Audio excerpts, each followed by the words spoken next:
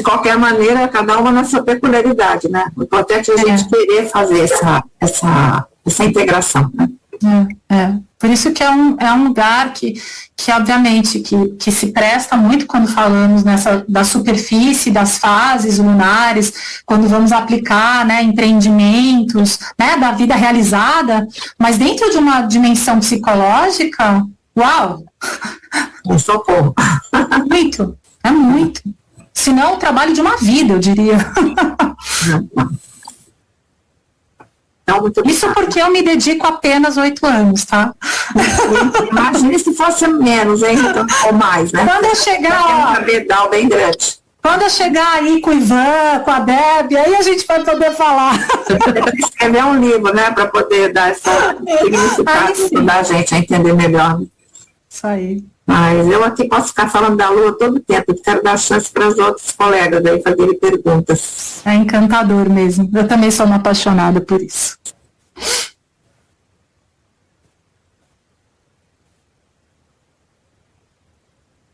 Posso fazer um comentário aqui? Pode, Ivan. Bom, primeiro quero agradecer a sua apresentação, gostei bastante, então agradeço a você, agradeço a Débora. Eu acho que é um momento de uma aprendizagem muito subjetiva. A Lua já tem essa conotação, né? Eu queria saber se esse livro do Rudyard, o The Lunation Cycle, é a base dessa sua fala ou tem outras? Sim. Assim, eu também trouxe os luminares da Liz Green, né? Também tem um trecho, né? E aí, obviamente, tem a Raíssa Cavalcante, que eu tenho a sensação de que ela também, né? Bebeu um pouquinho ali, o próprio Jung, né? Assim como citei ao longo né? E o Eric Newman também, né? Então, essa apresentação, ela foi tecida a partir dessas referências, tá? Entendi. Tá, e aí eu queria, você falou de todos os ciclos, né, inclusive partes do ciclo, eu achei bem interessante o jeito que você colocou, bem didático até. Quando a gente quer entender melhor a nossa Lua, vale a pena a gente estudar, por exemplo, o mapa da alunação na qual a gente nasceu, né, porque tem uma alunação, né? Cada um nasceu numa alunação aí, e aí você tem um mapa daquela alunação, né? Por exemplo, a criança que nasceu hoje, ela tem uma alunação nessa data de 5 de julho que você falou aí. Sim. E aí tem todos os planetas envolvidos ali, né? Não é mesmo? Não é mesmo, né? Não bastando, né, o registro da hora, né, do nascimento, que se faz, né, mas também a atmosfera, né, emocional, o que está ali por se desenvolver, né. Então, eu tenho a sensação de poder, quando a gente abre essa carta natal e poder olhar para essa dimensão também da lunação, para além da Lua, do posicionamento dessa Lua, é também poder trazer mais uma camada, um filtro daquela atmosfera que está ali disponível, né, e que vai nos ajudar a integrar conteúdos, né, ao longo da leitura, ou mesmo, e nesse caso, o objetivo é poder trazer, né, ampliar essa leitura de si mesmo, não é mesmo? Assim, quando se abre uma carta, né? Então, sim, eu vejo como um lugar muito relevante, assim. É um estudo muito rico, muito profundo. Muito profundo, muito rico. Esgotar isso, ficaríamos, olha, Debbie, são muitos, né? Bom, eu agradeço aí suas... Eu agradeço imensamente tua chegada, Ivan. Obrigado. Eu analiso o ciclo de lunação, inclusive na progressão. Os demais também. Tá. Não, só que eu fazer esse comentário de que o ciclo de lunação a gente pode estender também para a progressão, né? E eu faço isso dentro dessa dimensão conceitual que você trouxe do Danny Rudyard, para analisar em que momento do ciclo a progressão da pessoa se encontra, naquela data, naquele momento. Porque às vezes ela está falando mais alto do que o próprio ciclo de lunação do nascimento, porque o mapa não é estático, ele é dinâmico, né? Então, embora você possa trazer como assinatura o impulso do ciclo de lunação do seu nascimento, existe em determinado momento da vida a interferência daquele novo ciclo que se compõe a partir do movimento da vida, né?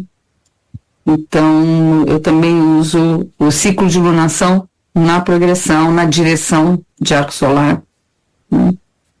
Para justamente contextualizar de fato como é que está, inclusive, emocionalmente a pessoa, né? Porque cada fase traz um desafio, e é muito interessante quando você coloca o ciclo de lunação, porque ela às vezes explica, porque dentro de um mesmo processo crítico de vida, por exemplo, 37 a 42, que é uma dessas fases importantes, por que algumas pessoas dão mais conta do que outras, têm mais estofo para conseguir ter condição de desenvolver ou de fazer frente aos desafios, né?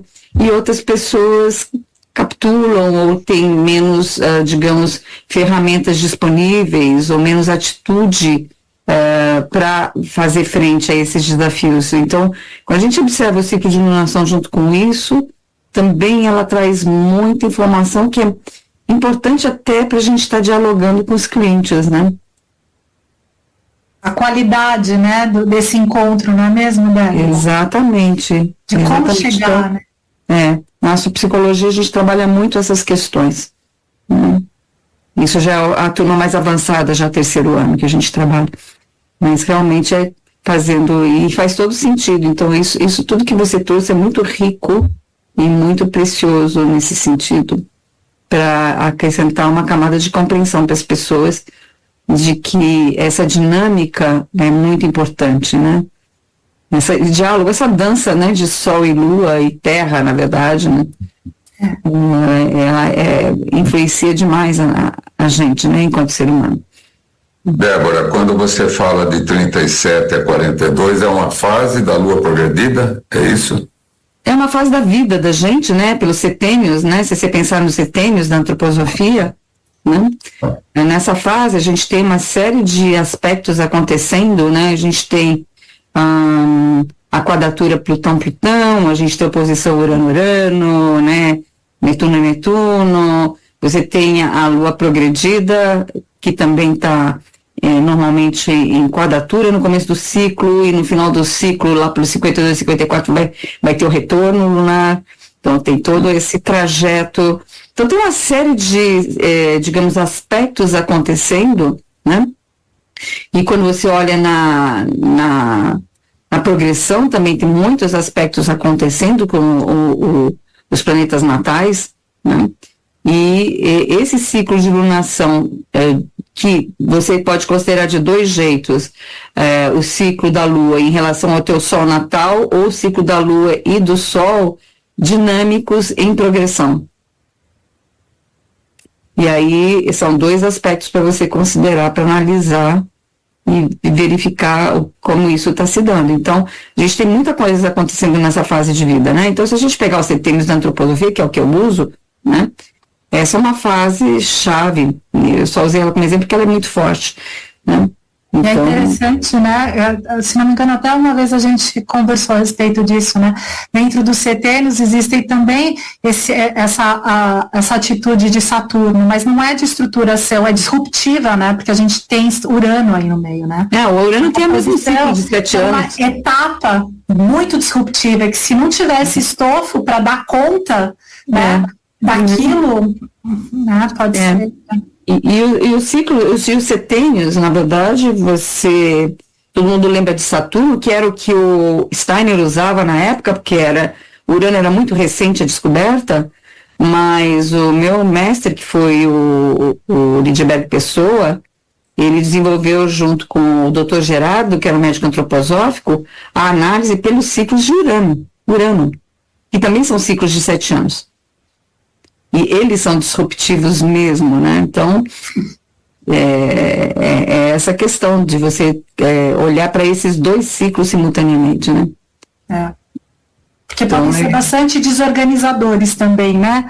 Por conta... Mas o criativo é desorganizado, né? Só o caos traz o criativo, a renovação, né? Porque ou você muda, né? Não tem outra alternativa. Então, as tais crises são o momento mais criativo do ciclo, né? E o nosso caminho é justamente, acho que, mostrar para os clientes, né? Que, na verdade, ele está no momento criativo e que, a partir dele, ele cria cosmos de novo na vida dele, e a gente, como astrólogos, tem algumas informações ou tem alguns insights e conhece, por exemplo, o ciclo de iluminação como uma dessas possibilidades de dar um subsídio para ele poder atravessar a fase que ele está passando, né? Então, eu acho muito, muito importante esse trabalho seu, né, com Sol e Lua, né, com a Lua em especial, mas não dá para deixar de considerar a relação dele com o Sol, né? E muito obrigada pela tua participação, parabéns pela apresentação. Alguém mais teria alguma pergunta? Vanesca, você tem alguma pergunta? Não? E Clélia também, a Clélia ficou quietinha no canto dela, mas enfim, muito obrigada a todos que aqui estiveram. A gente deve ter, o mês que vem, a palestra da Cica Bueno, falando sobre Casa 5 e vocação. Então vai ser também muito interessante. Para quem não sabe ou não acompanhou, a gente tem a palestra da Andréia, acho que é a 6ª ou 7ª palestra do ciclo. Então a gente já tem desde fevereiro, estão acontecendo essas palestras, elas estão lá gravadas. Então quem tiver interesse é só ir lá no site conhecer um pouquinho mais, tá certo? Então, um grande abraço, bom domingo a todos. Obrigada. E até mais. Tchau. Tchau.